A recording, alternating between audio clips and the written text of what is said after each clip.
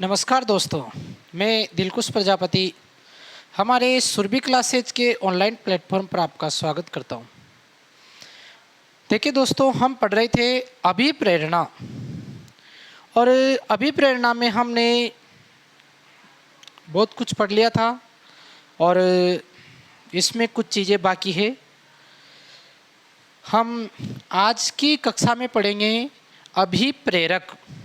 देखिए, हमने अभिप्रेरणा समझी।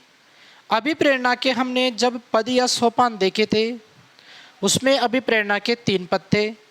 पहला पद था आवश्यकता, दूसरा था प्रेरक या चालक और तीसरा पद था उसमें लक्ष्य या उद्दीपक। इसमें से आवश्यकता तो किसी वस्तु की अधिकता या न्यूनता उसके कारण उत्पन्न होती है। फिर उस आवश्यकता से हमारे शरीर में जो परिवर्तन होते हैं, या कहें कि आंतरिक रूप से हमारे भीतर जो परिवर्तन होते हैं, वो चालक कहलाते हैं। फिर हमने कहा कि बाह्य वातावरण की वह वस्तु या वह कार्य जो आवश्यकता की पूर्ति करके चालक को समाप्त कर दे, वो क्या है? लक्ष्य या उद्दीपक है। इस पद में हमने जो मध्य पद लिया था चालक, इस चालक को कालांतर में मनोवैज्ञानिकों ने, देखिए जैसे जैसे समय निकला मनोविज्ञान ने थोड़ी तरक्की की, तो मनोवैज्ञानिकों ने इस चालक को ही आगे जाकर क्या नाम दे दिया? अभिप्रेरक नाम दे दिया।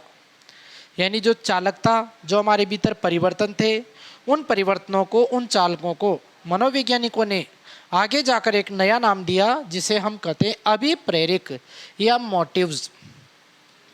अब देखिए, अभिप्रेरक या मोटिव्स क्या है, ये हमने अभी समझा कि ये जो चालक थे, उनको आगे जाकर मनोवैज्ञानिकों ने अभिप्रेरक नाम दिया। तो देखें, चालक कौन कौन से थे? जैसे भूख, प्यास, नींद, काम, स्वतंत्रता, सम्मान आदि। ये जो हमारे भीतर की स्थितियां हैं, इनको ही अभिप्रेरक या प्रेरक कहते हैं। यानी इनको ये क्या कहा जाता है? अभिप्रेरक कहा जाता है, जो चालक हैं। फिर देखिए दोस्तों, चालकों को भी अलग अलग मनोवैज्ञानिकों ने अलग अलग प्रकार से वर्गीकृत किया। अब चालकों को किस प्रकार वर्गीकृत किया, ये भी देखते हैं। अभिप्रेरकों के प्रकार, चालक जिनको हम आगे जाकर अभिप्रेरक कर रहे हैं, उनके प्रकार देखें तो इसके 3 वर्गीकरण हम पढ़ेंगे। पहले है मास्लो के अनुसार, दूसरा है थॉमसन के अनुसार और तीसरा है गैरेट के अनुसार। अब देखें, मास्लो के अनुसार कौन कौन से अभिप्रेरक हैं, इसको समझने की एक ट्रिक है। मास्लो जा, इस जा में से हम 2 शब्द निकालेंगे, एक तो ज और एक अ। ज से तो बनेगा जन्मजात और अ से बनेगा अर्जित। यानी मास्लो ने जो अभिप्रेरकों के प्रकार दिए 2, वो है एक तो जन्मजात अभिप्रेरक और एक है अर्जित अभिप्रेरक। ये 2 अभिप्रेरक मास्लो ने दिए। अभी समझेंगे होते क्या हैं। अगला देखिए, थॉमसन के अनुसार। थॉमसन ने भी अभिप्रेरकों के प्रकार दिए 2। ट्रिक क्या है? थॉमस्क, थॉम से तो बनेगा थॉमसन, स से बनेगा स्वाभाविक और क से बनेगा कृत्रिम। हमें क्या याद रखना है नाम? थॉमस्क। तो थॉमस से तो थॉमसन, स से स्वाभाविक और क से कृत्रिम। ये थॉमसन ने दिए। तीसरा वर्गीकरण है गैरेट के अनुसार। गैरेट ने क्या दिए? ट्रिक देखें, गैरेट जेम्स, जैसे बनेंगे जैविक, म से बनेंगे मनोवैज्ञानिक और स से बनेंगे सामाजिक अभिप्रेरक। यानी जैविक अभिप्रेरक, जैविक मनोवैज्ञानिक अभिप्रेरक हैं और सामाजिक अभिप्रेरक हैं। तो मास्लो ने 2 बताए, थॉमसन ने 2 बताए और गैरेट ने कितने बताए? 3 बताए। देखें, ट्रिक याद रखें। मास्लो जा, तो मास्लो ने दिए जा में ज से जन्मजात, अ से अर्जित। थॉमसन ने कौन से दिए? थॉमस्क, थॉम से तो थॉमसन, स से स्वाभाविक और क से कृत्रिम। गैरेट जेम्स, गैरेट से तो गैरेट बनेगा, जिन्होंने दिए, जैसे जैविक, म से मनोवैज्ञानिक और स से सामाजिक। हमें तो ये 3 नाम याद रखने, मास्लो, थॉमस, गैरेट जेम्स। इन तीनों नामों को याद रखने से ये क्लियर हो जाएंगे। अब देखें, जो BSTC PTT वाले विद्यार्थी होते हैं उनके साइकोलॉजी आती है, उसमें तो यहाँ से प्रश्न बनने की संभावना बहुत ही कम है।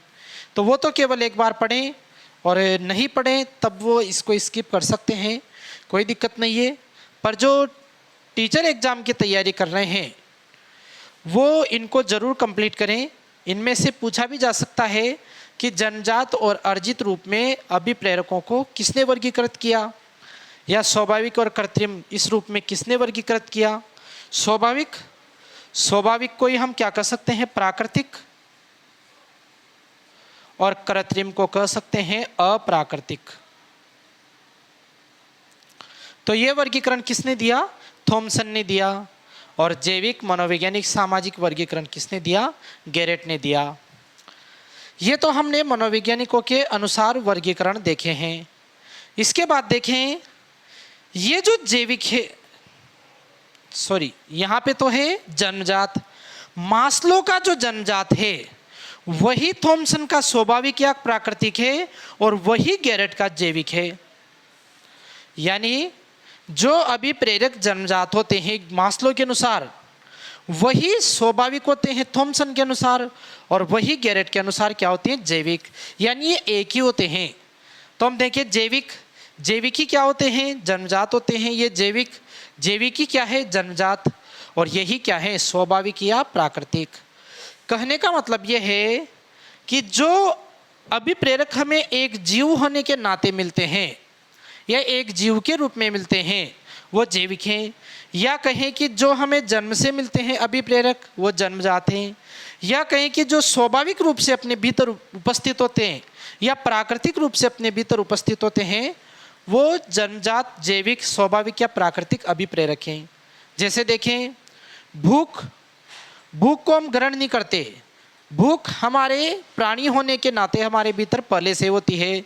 तो भूख कैसा है, जैविक या जन्मजात है। प्यास का गुण भी हम ग्रहण नहीं करते। प्यास का गुण भी हमें जीव होने के नाते हमारे भीतर पहले से है। हम कोई भी प्रयास कर लें प्यास सबको लगनी है। तो ये भी जन्मजात है, जैविक है। नींद भी हमें आनी है। नींद भी हमने सीखी नहीं है या हमने ग्रहण नहीं की है, ये हमें जन्म के साथ ही मिली है। ये जैविक रूप से जीव होने के नाते हमें मिली है। काम प्रवृत्ति भी हमें जन्म से मिली है, हमने ग्रहण नहीं की। उत्सर्जन में मलमूत्र त्यागना, पसीने का उत्सर्जन, और भी बहुत से पदार्थ हो सकते हैं, अलग अलग पदार्थ, उनका उत्सर्जन, ये भी हमें जन्मजात रूप से मिले हैं। ये सभी अभिप्रेरक हमने स्वयं ग्रहण नहीं किए, ये हमें जन्म के साथ मिले हैं। तो ये कौन से अभिप्रेरक हो जाएंगे, जैविक, जन्मजात, स्वाभाविक या प्राकृतिक अभिप्रेरक। इसके बाद देखें, मास्लो ने जो अर्जित दिया वही थॉमसन का अप्राकृतिक या कृत्रिम है, और उनके मनोवैज्ञानिक और सामाजिक वो थोड़ा अलग हो गया वर्गीकरण, उसको अभी देखते हैं। आप तो ये याद रखें, अर्जित, कृत्रिम या अप्राकृतिक, यानी ऐसे अभिप्रेरक जो हमने स्वयं अर्जित किए हैं, जन्म से नहीं आए। कृत्रिम यानी अलग से ग्रहण किए हैं, प्राकृतिक रूप से हमारे भीतर नहीं थे। अप्राकृतिक भी कह सकते हैं। जैसे आदतें जन्म से नहीं आए, अलग अलग प्रकार की आदतें हम जीवन में ग्रहण करते हैं। अभिरुचि, किसी चीज़ के प्रति अभिरुचि होना, ये भी हम ग्रहण करते हैं, जन्म से नहीं आती। सम्मान भी हम ग्रहण करते हैं। सम्मान की भावना, हमारे भीतर सम्मान की जो भावना होती है वो जन्म से नहीं आती, इसे भी हम ग्रहण करते हैं। लक्ष्य, अरे हमारे जीवन के अलग अलग लक्ष्य होते हैं, लक्ष्य भी हम जीवन से जन्म के साथ लेकर नहीं आते, इन्हें भी हम जीवन जीने के दौरान ग्रहण करते हैं। तो देखें, आदत, अभिरुचि, सम्मान, लक्ष्य आदि ये सभी कैसे अर्जित, प्राकृतिक या कृत्रिम अभिप्रेरक हैं। इसके बाद देखिए, हमने यहाँ पे 2 लिए हैं, मनोवैज्ञानिक और सामाजिक। वैसे एक बार पढ़ ले, कोई विशेष नहीं है। हमारे भीतर जो सभी संवेग होते हैं, भय, क्रोध, प्रेम, वात्सल्य, ईर्ष्या, ये जब संवेग होते हैं ये तो कहलाते मनोवैज्ञानिक अभिप्रेरक। और जो मूल प्रवृत्तियां होती है, युयुत्सा मूल प्रवृत्ति होती है ना, युयुत्सा मूल प्रवृत्ति, प्रेम करना, अनेक मूल प्रवृत्तियां होती है, वो किस में आती है? सामाजिक में आती है। तो केवल इतना याद रखिए, मनोवैज्ञानिक में सभी संवेग आते हैं और सामाजिक में मूल प्रवृत्तियां आती है। बाकी हमें ये याद रखनी है जैविक और अर्जित। फिर बता रहा हूँ, बीएसटीसी वाले जो विद्यार्थी हैं वो इनको स्किप कर सकते हैं, वो इनको याद रखें कि जैविक कौन से हैं और अर्जित कौन से हैं। इसके अलावा एक नोट भी है, इन्हें भी याद रखें। क्या है नोट? उपलब्धि अभिप्रेरक। देखिए, उपलब्धि अभिप्रेरक जो है ये एक विशेष प्रकार का अभिप्रेरक है और ये अभिप्रेरक उन व्यक्तियों में पाया जाता है जो बड़ा लक्ष्य प्राप्त करना चाहते हैं, जिनकी सोच बहुत बड़ी होती है या बड़ा पद प्राप्त करने की सोच होती है। जैसे कोई गरीब परिवार का बच्चा है, बहुत असुविधाओं में जी रहा है, अगर उसके भीतर एक ऐसा अभिप्रेरक है कि नहीं मुझे बड़ा अधिकारी बनना है, मुझे आईएएस अधिकारी बनना है, तो जो बड़े लक्ष्य की सोच रखते हैं उनके भीतर कौन सा अभिप्रेरक होता है? उपलब्धि अभिप्रेरक, यानी बड़ी उपलब्धि प्राप्त करने वाला अभिप्रेरक। उपलब्धि अभिप्रेरक की खोज किसने की? डेविड सी मैक्किलैंड। इसकी खोज की डेविड सी मैक्किलैंड। और टीचर एग्जाम की तैयारी करने वाले इनके सहयोगियों के नाम भी याद रख सकते हैं। एटकिंसन, एक तो है इनके सहयोगी एटकिंसन, और एक है होएंगा एंड होएंगा। वो आप मैं ओरली बता रहा हूँ, लिख सकते हैं। मुख्यतया तो हमें डेविड सी मैक्किलैंड याद रखना है सबको। जीवन में उच्च स्तर की आवश्यकताओं को प्राप्त करना ही उपलब्धि अभिप्रेरणा है। उच्च स्तर की आवश्यकताओं को प्राप्त करना ही क्या है? उपलब्धि अभिप्रेरणा। तो ये अपने अभिप्रेरणा में अभिप्रेरक, यही अभिप्रेरक हैं। इसके अलावा अभिप्रेरक में आपको कोई अतिरिक्त सामग्री पढ़ने की जरूरत नहीं है। इसी को दोबारा देखें। अभिप्रेरक क्या होते हैं? चालक होते हैं, जो हमने चालक पढ़े थे, भूख, प्यास, नींद, काम, स्वतंत्रता, सम्मान आदि। अगर इसमें देखिए भूख, प्यास, नींद, काम, ये तो क्या है? जैविक है। और स्वतंत्रता या सम्मान क्या है? ये अर्जित है। यहाँ से देख सकते हैं। फिर हमने अलग अलग वर्गीकरण देखे, मास्लो के अनुसार, थॉमसन के अनुसार, गैरेट के अनुसार। मास्लो ने कहा, मास्लो जा में ज से जन्मजात और अ से अर्जित। थॉमसन में क्या है? थॉमस्क। थॉम से थॉमसन, स से स्वाभाविक और क से कृत्रिम। इसके बाद है गैरेट के अनुसार, गैरेट जेम्स। गैरेट से गैरेट जैसे जैविक, म से मनोवैज्ञानिक और स से सामाजिक अभिप्रेरक। जैविक, मनोवैज्ञानिक और सामाजिक। इसके बाद देखें अभिप्रेरक, मास्लो के जन्मजात लें या गैरेट के जैविक लें या थॉमसन के स्वाभाविक या प्राकृतिक लें, एक ही होते हैं।